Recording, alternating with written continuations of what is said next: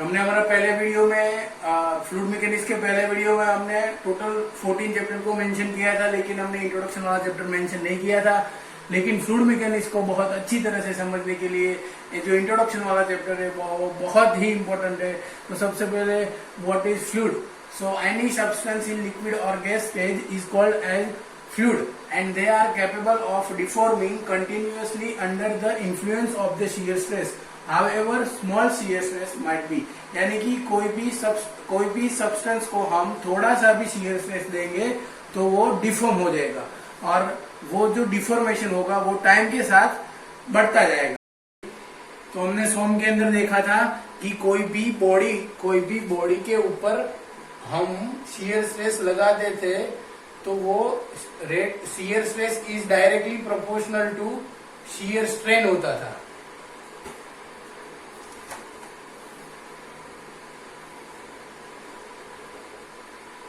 लेकिन हमारे लिक्विड के केस में shear stress is directly proportional to shear strain नहीं होगा, लेकिन shear stress is directly proportional to rate of shear strain।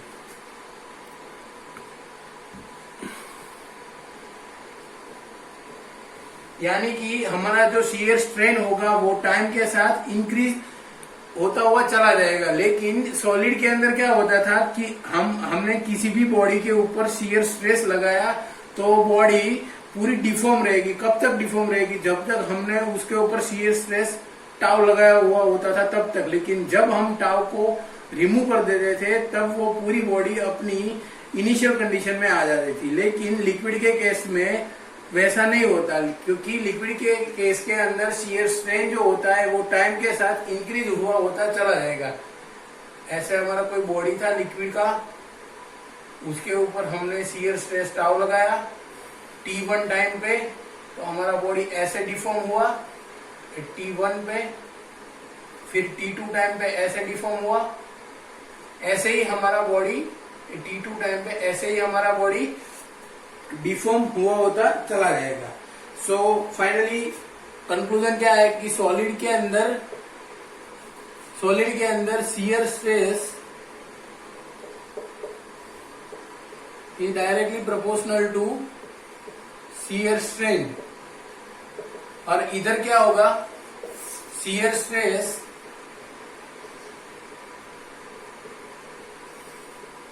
is directly proportional to rate of shear strain। Fluid की study हम rest condition में और motion condition दोनों condition में हम फ्लूइड की स्टडी करेंगे। तो फ्लूइड रेस्ट कंडीशन और मोशन वाली कंडीशन। तो जब भी हम फ्लूइड की रेस्ट वाले कंडीशन में हम फ्लूइड की एनालिसिस करेंगे तो हम उसको बोलेंगे फ्लूइड स्टैटिक्स।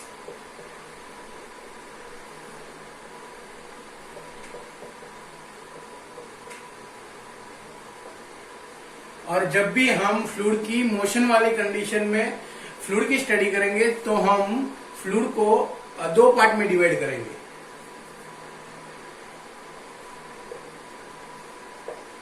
एक है फ्लूइड काइनेमेटिक्स और दूसरा है फ्लूइड डायनामिक्स। तो हम फ्लूइड काइनेमेटिक किसको बोलेंगे? तो जब भी हम मोशन वाले फ्लूइड की स्टडी करेंगे और जो फ्लूइड के मोशन के लिए जितने भी फोर्स रिस्पॉन्सिबल है उसको हम कंसीडर नहीं करेंगे, तब हम उसको बोलेंगे फ्लूइड काइनेमेटिक। और जब हम फ्लूइड की मोशन वाली कंडीशन में हम फ्लूइड की एनालिसिस करते हैं या स्टडी करते हैं तब हम फ्लूइड की मोशन किस फोर्स की वजह से हो रहा है तो हम वो फोर्स को कंसीडर करेंगे, तो हम उसको बोलेंगे फ्लूइड डायनेमिक्स। यानी कि फ्लूइड काइनेमेटिक्स के अंदर हम फोर्स को कंसीडर नहीं करेंगे। इसके अंदर हम फोर्स को कंसीडर करेंगे। इसके अंदर हम फोर्स आर नॉट कंसीडर। हमें कोई पूछेगा एग्जाम्पल फ्लूइड स्टैटिक्स का, यानी कि हम कह सकते हैं कि ऐसा कोई कंटेनर है, कंटेनर के अंदर ऐसे लिक्विड भरा हुआ है, तो ये जो लिक्विड है वो लिक्विड ये कंटेनर की जो सरफेस है उसके ऊपर कुछ फोर्स लगाएगा, इसके ऊपर कुछ फोर्स लगाएगा, ऐसे ऐसे ऐसे। तो कोई हमें पूछेगा कि जो लिक्विड है वो कंटेनर की सरफेस के ऊपर कितना फोर्स लगाता है, तो उसकी जो हम स्टडी करेंगे उसको हम बोलेंगे फ्लूइड स्टैटिक्स। ठीक है, ये वाली बात समझ में आ गई। उसके बाद है फ्लूइड काइनेमेटिक्स, यानी कि कोई रिवर है, रिवर के अंदर कोई फ्लो हो रहा है, यानी कि हम कह सकते हैं फ्लूइड मोशन में है। ठीक है, तो फ्लूइड मोशन में है तो वो मोशन किस हो रहा है, यानी कि किस फोर्स से हो रहा है, तो हम वो फोर्स को कंसीडर नहीं करेंगे, खाली उसकी एनालिसिस करेंगे, उसको हम बोलेंगे काइनेमेटिक्स। लेकिन जब हम डायनेमिक की बात कर रहे हैं तब हम रिवर के अंदर जो पानी का फ्लो हो रहा है वो कौन से फ्लो की वजह से हो रहा है उसकी हम वो कंडीशन की हम बात करेंगे और स्टडी करेंगे, तब हम उसको बोलेंगे फ्लूइड डायनेमेटिक्स। आ गई बात समझ में सबको?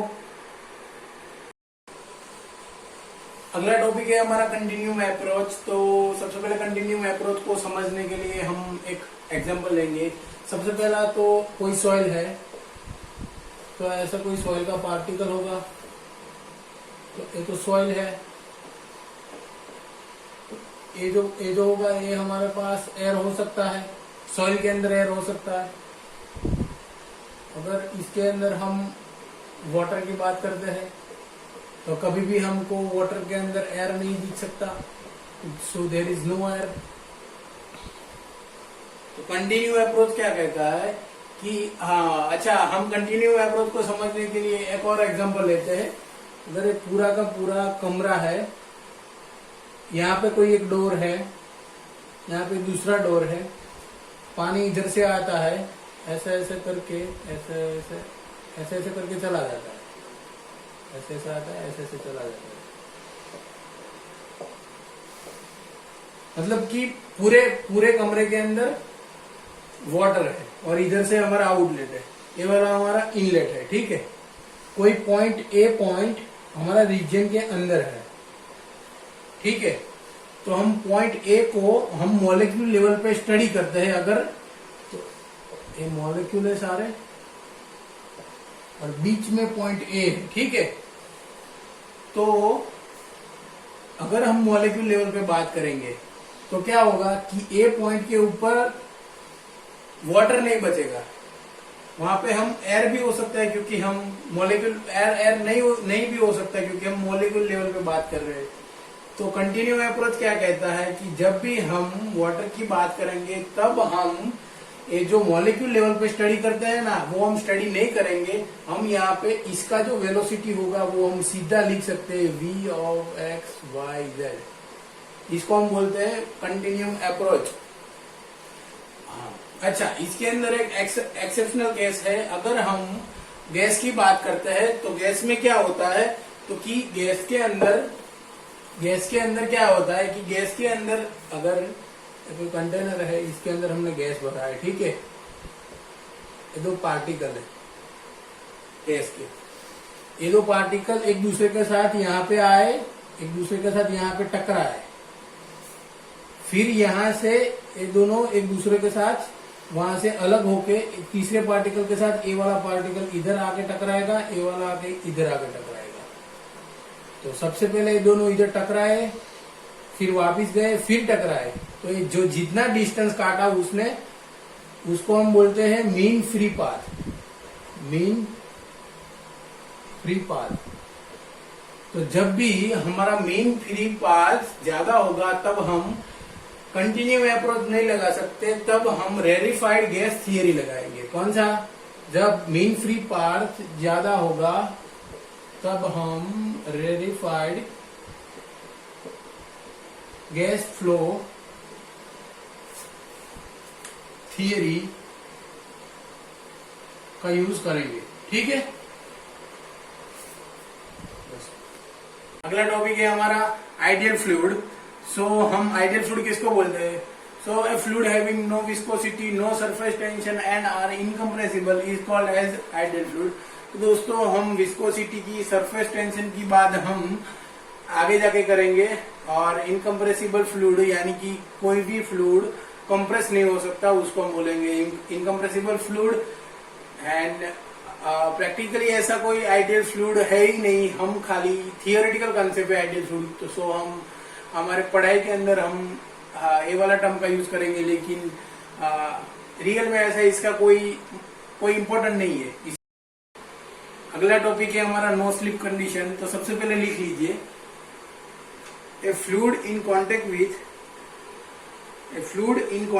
A surface adhere to surface, a fluid in contact with a surface adhere to surface,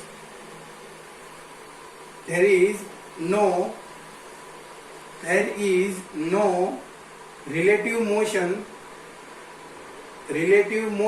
between the surface and the fluid at the surface. There is no relative motion between the surface and the fluid at the surface. So if surface is stationary,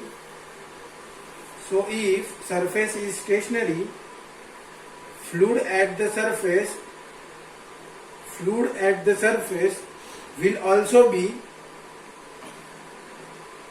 also be stationary. And if the surface is moving,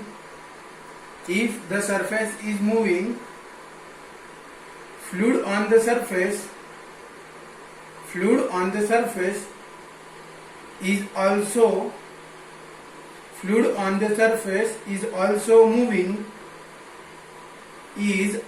moving as same velocity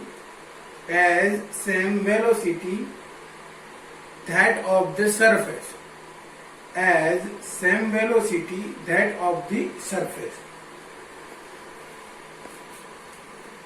अच्छा, no slip condition क्या बताती है कि अगर ऐसा कोई fluid यहां से जा रहा है, ठीक है, अगर ये फ्लूइड कोई भी सरफेस के साथ टकराएगा तो वो जो फ्लूइड टकराएगा वो जो सरफेस की जो वेलोसिटी होगी वो ले लेगा।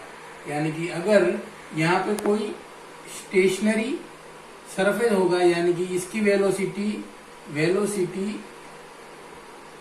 इज इक्वल टू 0 है, और ए वाला जो फ्लूइड है वो v0 वेलोसिटी से मूव कर रहा है, तो जो ए फ्लूइड है वो इसके साथ टकराएगा, यानी कि यहाँ पे जो फ्लूइड इसके कांटेक्ट में इधर आएगा, ऊपर वाला तो ऊपर से चला जाएगा, वो तो कांटेक्ट में आएगा नहीं, लेकिन ए वाला आएगा इधर कांटेक्ट में, तो इसकी वेलोसिटी क्या होगी, इसकी भी 0 कर देगा, यहाँ पे जो फ्लूइड टकराएगा उसकी, यानी कि हमारा वेलोसिटी ऐसे इंक्रीज होगा, यहाँ पे तो वेलोसिटी 0 कर देगा और यहाँ पे v0 हो जाएगा, ठीक है।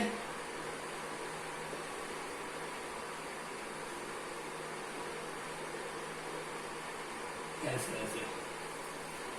और अगर ये जो फ्लूइड है वो v0 वेलोसिटी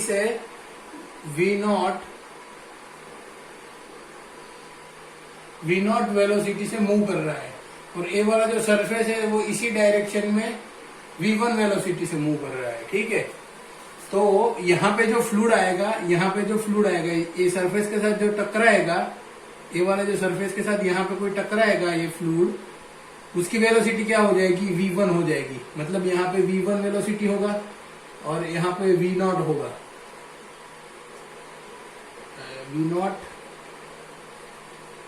यहाँ पे जो होगा उसकी वेलोसिटी v1 होगा। आ गई सबको समझ में बात। उसके बाद हम बात करेंगे आइडियल फ्लूइड की। सो हमने आइडियल फ्लूइड में क्या लिखा है कि ये fluid having no viscosity, no surface tension, ठीक है। और हम नो स्लिप कंडीशन की आपको बता दें कि ऐसा क्यों होता है। मतलब आप पूछेंगे कि सर यहाँ पे इसकी वेलोसिटी 0 क्यों हो रही, तो मैं आपको रीजन बता देता हूँ। लिखिए, नो स्लिप कंडीशन मतलब मैंने जो लिखवाया है ना उसी के नीचे लिखना this property is due to viscosity, this property is due to viscosity. ठीक है, अच्छा विस्कोसिटी की हमने यहाँ पे बात की, क्योंकि ऐसा यहाँ पे जीरो वेलोसिटी हो जाता है अगर स्टेशनरी सरफेस है तो हम आइडियल फ्लूइड की बात करेंगे। तो यहाँ पे आइडियल फ्लूइड में क्या है दोस्तों, नो विस्कोसिटी। नो विस्कोसिटी यानी कि नो स्लिप कंडीशन को ideal fluid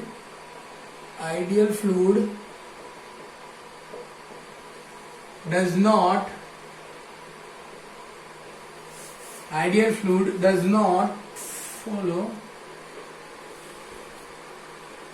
no slip condition. ठीक है,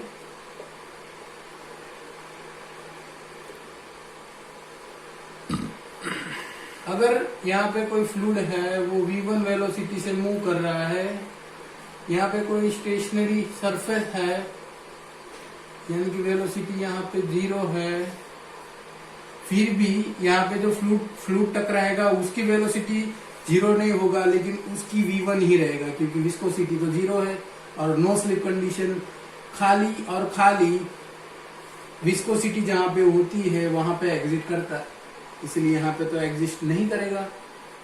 सो इसका जो वेलोसिटी डायग्राम होगा वो ऐसे ऐसे ऐसे ऐसे, यहाँ पे तो v1 होगा।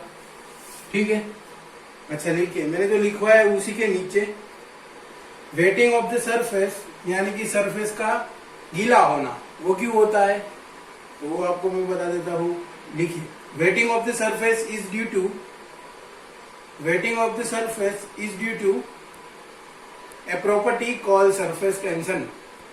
फिर से बताता हूँ, wetting of the surface is due to a property called surface tension, ठीक है, तो दोस्तों आज का इंट्रोडक्शन वाला टॉपिक यहाँ पे खत्म होता है। हम हमारे अगले वीडियो में आपको बताएंगे हमारा सबसे पहला चैप्टर प्रॉपर्टीज ऑफ फ्लूइड। सो देखना मत भूलिएगा, प्रॉपर्टीज ऑफ फ्लूइड हम डिटेल में पढ़ाई करेंगे, इससे भी ज्यादा हम डिटेल में जाएंगे। धन्यवाद, थैंक यू।